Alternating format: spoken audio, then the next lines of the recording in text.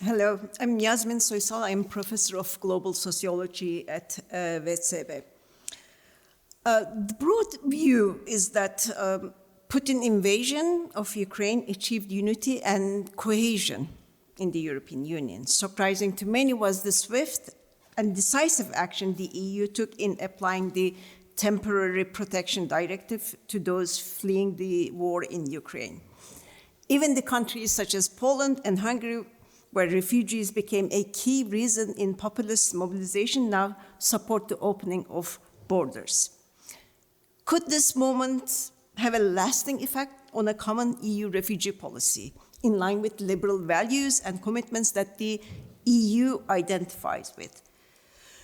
While the current collective response strikes hope, there are reasons why we should be cautious about such an optimistic outcome.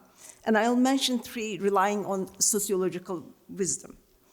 First point, Russia's invasion of Ukraine has been widely portrayed in the media, but also by the EU itself, EU leadership itself, as a war against Europe and what Europe stands for. While such portrayals feed into moral sense of worth, as sociology would let us believe, and thus boost feelings of common belonging, identity, in the immediateness of an active war, in the long run, it's not clear that these positions are sustainable. Consider this.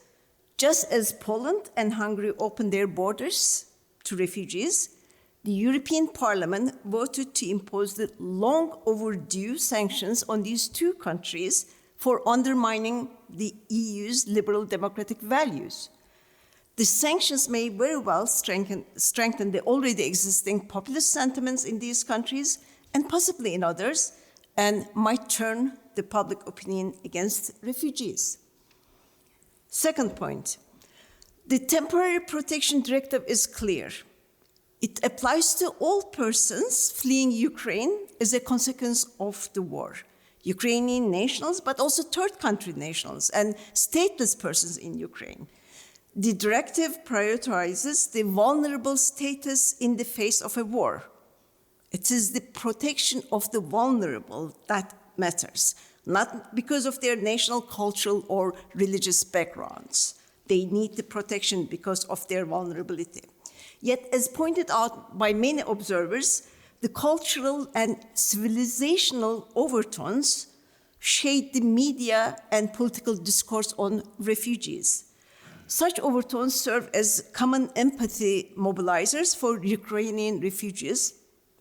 That's very good, but they also contribute to the dehumanizing of the other refugee. And ample sociological and experimental research shows that stigmatization, dehumanization, fuel support for anti-migration, anti-refugee political policies, further delegitimizing the EU's self-narrative as the guarantor of liberal values. Third and last point, the vast majority of the world's refugees are regionally accommodated. Europe's opening its borders to war-affected people in a neighboring area is not an extraordinary act, and it's consistent with the reception in the region position that the EU has firmly taken in the last decade or so. The EU and individual member states are also among the major donors for refugee hosting across the world. The current refugee episode is a test for solidarity and unity not only across Europe, but also for the global arrangements on refugee burden sharing. It's far from clear that Europe is ready for this test. Thank you.